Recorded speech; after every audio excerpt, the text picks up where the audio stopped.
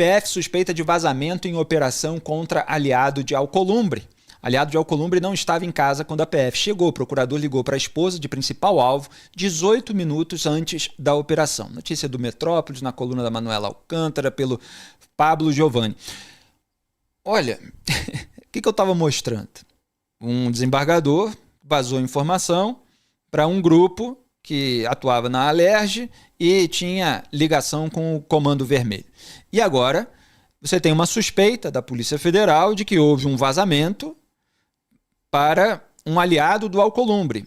Quem é esse aliado? É o Jocildo Gomes, que o Alcolumbre colocou na presidência da ANPREV, o Fundo de Previdência do Estado do Amapá. Aquele que confessou, inclusive, tem lá postagem no site da ANPREV, que eu já mostrei aqui nesse programa, agradecendo ao Alcolumbre pela sua indicação. A ANPREV, sob gestão do aliado dele, fez um aporte de 400 milhões de reais no Banco Master, dando dinheiro do Fundo de Previdência do Estado para o banco do Daniel Vorcaro, no esquema bilionário de fraude que ele estava fazendo. Claro que eles podem alegar que não sabiam, etc., mas é tudo muito suspeito. Assim como o caso do Rio Previdência, lá no governo do Cláudio Castro, que fez um aporte até mais que o dobro, 970 milhões de reais, quase 1 bilhão. Então o Jocildo, ele não entregou o celular e a Polícia Federal ficou desconfiada de que alguém avisou para ele da operação e ele acabou se livrando do celular. Vamos ver aí detalhes da matéria? Os investigadores passaram a suspeitar de vazamento por alguns motivos, especialmente por causa de um telefonema que a esposa de Jocildo recebeu do procurador jurídico da Previdência do Amapá, 18 minutos antes de os agentes baterem à porta da residência com um mandado de busca e apreensão. Deixa na tela. Olha só. O procurador avisou ao Jocildo. A questão é, quem avisou o procurador? Essa é a suspeita, tá? Não estou falando que isso aconteceu, não estou cravando, porque os investigadores estão suspeitando. Mas se eles suspeitam que essa ligação foi para avisar da operação, esse procurador lá da Previdência do Amapá foi avisado por alguém. Será que ele foi avisado por alguém em Brasília?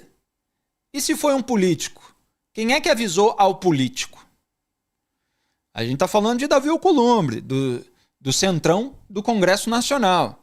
Vocês lembram o que estava acontecendo quando a relatoria estava com o Dias Toffoli, no caso Master? O Dias Toffoli proibiu acesso ao conteúdo de celulares, Daniel Vorcaro, etc., de provas do caso Master, à CPMI do INSS. E mandou o material para quem? Para o Davi Alcolumbre, que tem rabo preso porque indicou o Jocildo que fez o aporte lá no Banco Master. Então, assim, é preciso contar a história, contar qual é o elo de cada um com esse escândalo, o que gera suspeita, o que gera desconfiança, para que a gente tenha um cenário das possibilidades em jogo. Bom, próximo print. Investigadores consultados pela coluna relatam que quando chegaram à casa do principal alvo da operação, por volta das 6 horas, Jocildo não estava no local. Próximo. Familiares informaram aos agentes que ele havia acabado de sair para fazer exercícios físicos. Grande atleta Jocildo, bem na manhã em que teve uma batida da Polícia Federal, ele foi malhar, foi dar uma corridinha, foi fazer alguma coisa nesse sentido. Tinha que resgatar aqui a imagem do Jocildo com Alcolumbre, mas eu já mostrei aqui no programa. O que impediu a apreensão imediata do telefone celular de Jocildo. Pois é. Coincidências em que a gente é convidado diariamente a acreditar nesse país. Próximo.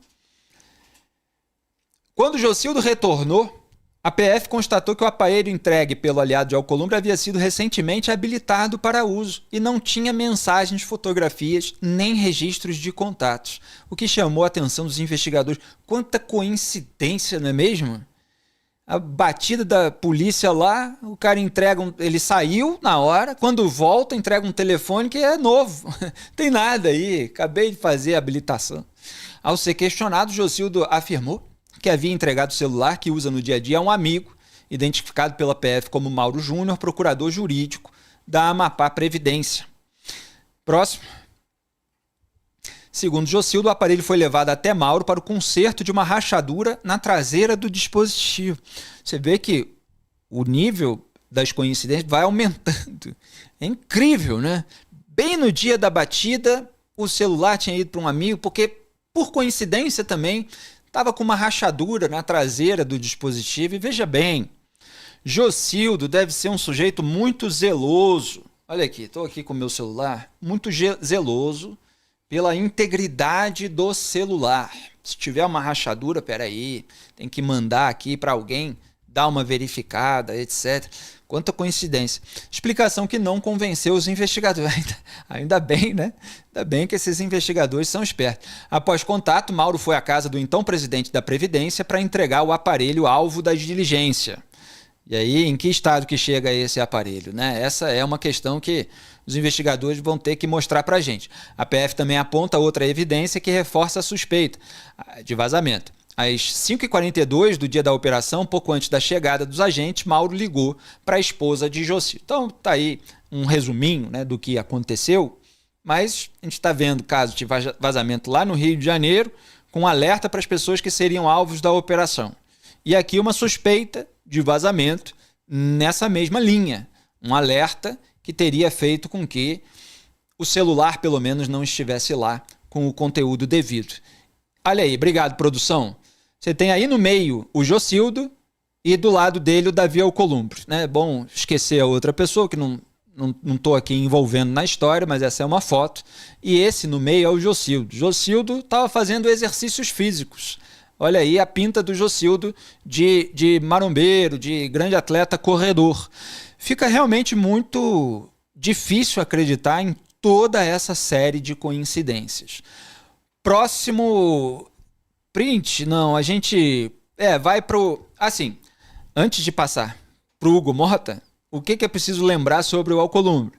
O Alcolumbre é aquele que senta em cima dos pedidos de impeachment de ministros do STF, é aquele que não quer abrir a CPI do Master, que já tinha sido cobrada ali pelo senador Eduardo Girão, como eu mostrei no programa, é aquele que não quer abrir a CPI para investigar as relações do Toffoli e do Alexandre de Moraes com o Daniel Vorcaro, dono do banco.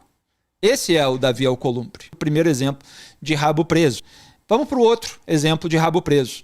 Banco Master emprestou pelo menos 22 milhões de reais para a cunhada de Hugo Mota. Então eu falei do presidente do Senado, agora é o presidente da Câmara. O contrato foi celebrado em critérios usuais de mercado e Master foi escolhido por condições do empréstimo, diz Bianca Medeiros, que é a cunhada. Recursos foram utilizados para comprar terreno de uma antiga fábrica de cimento em João Pessoa. Então conseguiu ali um empréstimo de 22 milhões e comprou um terreno lá de uma fábrica de cimento para fazer um investimento, construir um bairro. É um tamanho que dá tantas vezes o Parque Ibirapuera, que é gigantesco aqui em São Paulo. Então, um lugar assim imenso que recebeu essa fortuna aí, um aporte e tal, que veio boa parte de um empréstimo do Banco Master. E por uma grande coincidência em que você é convidado a acreditar, o Hugo Mota é aquele que impede a instalação da CPI do Master na Câmara dos Deputados. Tem muita coincidência. O Brasil é um país cheio dela. Vocês não acreditam? O que está acontecendo na cabeça de vocês? Próximo print. Detalhes aí da reportagem rapidamente. É a primeira conexão financeira entre uma pessoa ligada à família do Hugo Mota e do Master, e o Master, e a cunhada dele disse pela assessoria que o contrato de crédito mencionado foi celebrado em condições usuais de mercado e piriri pororó. Está dizendo que não, é tudo normal. Quer dizer, admitiu que houve um empréstimo, mas está dizendo, não, isso tudo é normal e tal. É como muitos outros aí que a gente vê acontecer na política brasileira. Próximo. Questionada, ela não informou o valor e as condições de quitação. Quer dizer, fala que é usual, mas não dá todos os detalhes. Aí fala que a escolha decorreu, aquilo que está sintetizado lá no título, e a operação foi realizada por empresa regularmente constituída, que não possui qualquer relação societária, comercial ou de gestão com o deputado Hugo Mota, que, portanto, está lavando as mãos, falando que não tem nada com isso. Próximo é justamente o Mota afirmando que não possui nenhuma associação financeira direta com o Banco Master. Eu gosto dessa palavra, direta. E a gente pergunta, né, como jornalista, e indireta, presidente? E indireta? Porque o que a gente vê em grandes escândalos é justamente familiares recebendo dinheiro das pessoas que são investigadas. Então a gente tem que acreditar, mais uma vez, que é tudo uma coincidência. Como a família Toffoli negociar com o cunhado do Vorcaro, era para acreditar que era uma coincidência. Aí depois a investigação avança, você percebe que ele é você confirma que ele é o operador e que ele recebeu ordem do Vorkar para fazer aporte lá de 35 milhões de reais. Então, o que será que o avanço das investigações vai mostrar em relação a esse caso específico? Então, esse é o presidente do Senado, Davi Alcolumbre, esse é o presidente da Câmara, Hugo Mota. São esses que impedem a instalação de CPI. São esses que são aliados do centrão do STF, que participa aí dessa grande blindagem para que as investigações não os atinjam. Então, é preciso ligar todos os pontos e essa é uma das minhas funções aqui nesse programa jornalístico. Assim, tem mais um detalhe, que a Bianca sempre tem indicação para cargo, né? Sempre tem. Bianca foi indicada por Hugo Mota para cargos comissionados no extinto Ministério da Cidadania no governo Bolsonaro. Na época, o Mota era líder do Republicanos, partido, e ela foi assessora lá numa secretaria com salário de quase 10 mil reais, depois assessora no gabinete do então ministro, com vencimento de 12 mil reais, sempre ganhando ali uma boquinha por indicação do cunhado. E ela é sócia da esposa do Mota, inclusive, né? É irmã da esposa, sócia dela numa outra empresa, que a reportagem diz e tal, não estou mostrando tudo. A pasta era comandada por João Roma, que era do mesmo partido do Hugo Mota. Ele deixou a sigla para entrar no PL em março de 2022 e concorrer ao governo da Bahia. Acabou perdendo, né, para o Jerônimo Rodrigues, que é o atual governador, que é do PT. No seu lugar ficou Ronaldo Bento, também filiado ao Republicanos, essa história ali do ministério no governo Bolsonaro. E mensagens encontradas no celular do Vorcaro indicaram que o banqueiro e Mota, esse é elemento importante, que já apareceu na investigação, jantaram juntos na residência oficial da Câmara após o parlamentar ser eleito para presidir a casa em fevereiro de 2025. Então, assim, ainda tem os encontros, não é só o Mota impedindo a criação de CPI, ainda tem os encontros dele com o Vorcaro, que estão aparecendo nas provas. Mantém aí que ainda falta um parágrafo, produção. No fim, tá ali. No fim de fevereiro desse ano, Mota descartou abrir uma CPI para investigar o caso, é o que eu estava falando. Também defendeu numa entrevista, e eu ressaltei aqui no programa, a atuação do Toffoli quando ele era relator do caso. Por que será que todos esses se defendem? Por que será? Será que é porque todos têm rabo preso? Todos têm algum tipo de elo? Todos querem que a investigação não avance, pelo menos não para o lado deles? Vocês podem responder aí no chat.